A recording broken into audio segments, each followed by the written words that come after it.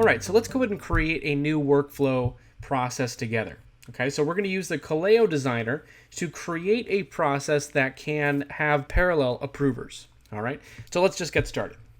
Okay, go ahead and make sure you are logged in, and we're going to go to the control panel. All right, we're going to open up configuration and go to the workflow section. All right, so let's add a new workflow. Go ahead and click on the add button here.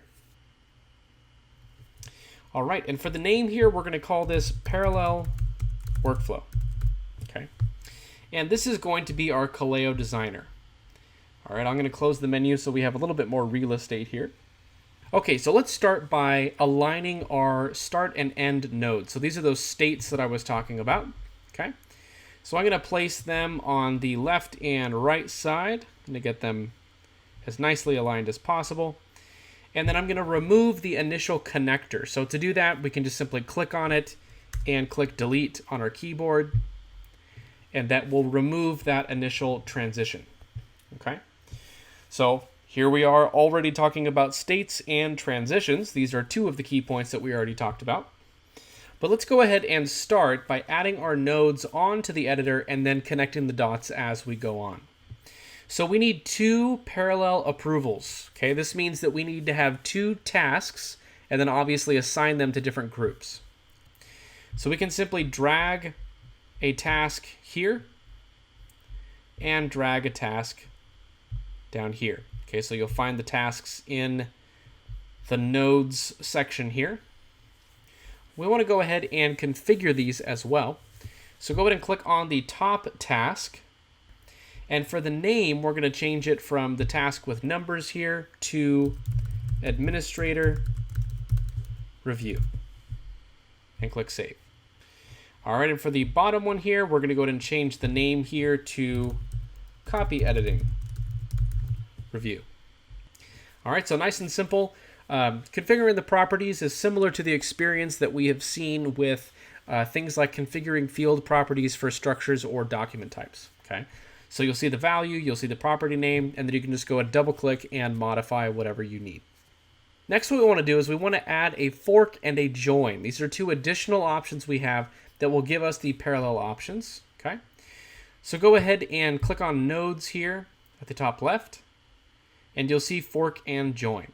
So we want to go ahead and add the fork here to the front and add the join here to the back.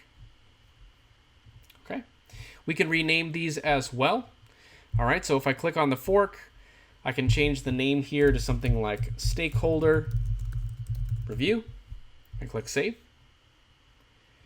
All right, and for the join, I can go ahead and change this name to something like review complete. All right, so this gives us a good basic structure for our workflow. Now, obviously, we need to connect the dots with our transitions. Okay, so let's start by doing that. Now, to add our transitions, we want to make sure that our cursor becomes a little bit more thin like you see here, and we can drag the transition arrow into another node, and in order to connect them, we need to make sure that that little orange circle is there. So I'm going to go ahead and connect all of my options here. So the fork is going to go to my two tasks. All right, and the tasks will go to the join, which will ultimately go to the end node.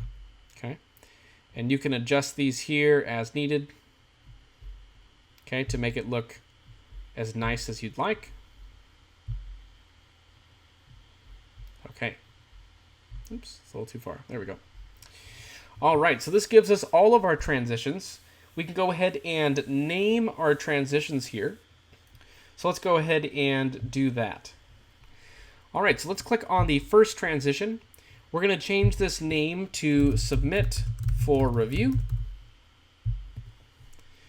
All right, and then we're going to go ahead and name these next two transitions. The top one we will change to admin review. And the bottom one we will change to copy editing. All right, and then we're going to name the second two transitions. The top is going to be named review complete. And the bottom is going to be named copy editing complete. Okay.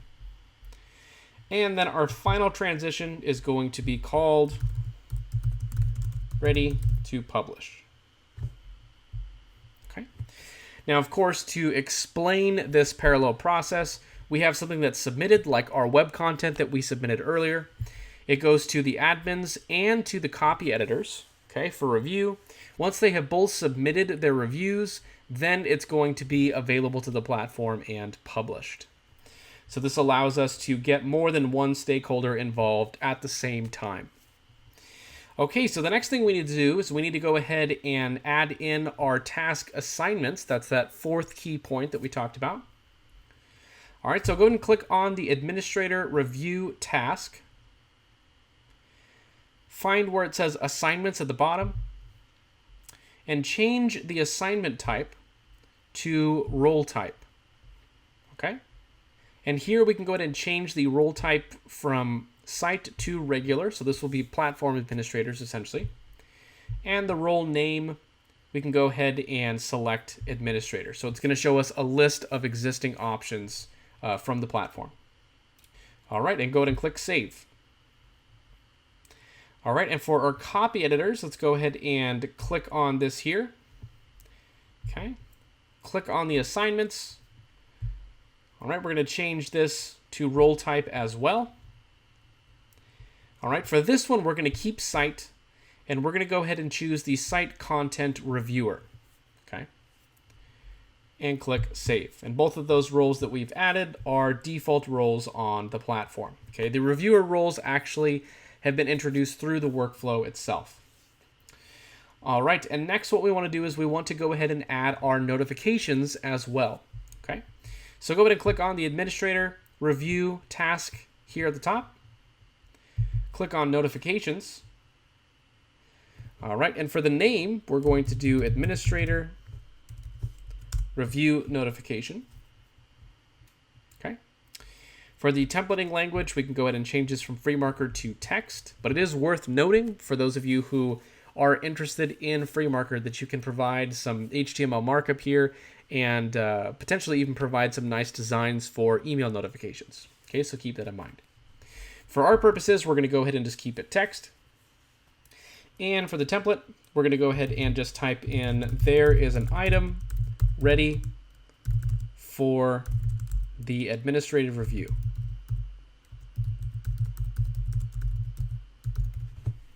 Nice and simple.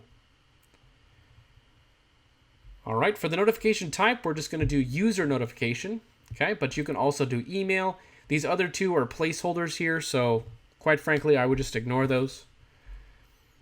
All right, and then you have the execution type here. So you have on assignment, okay, you can change this to on entry or on exit. We're just going to leave the default. And then recipient type, the default is asset creator, but we want to go ahead and make sure it says task assignees.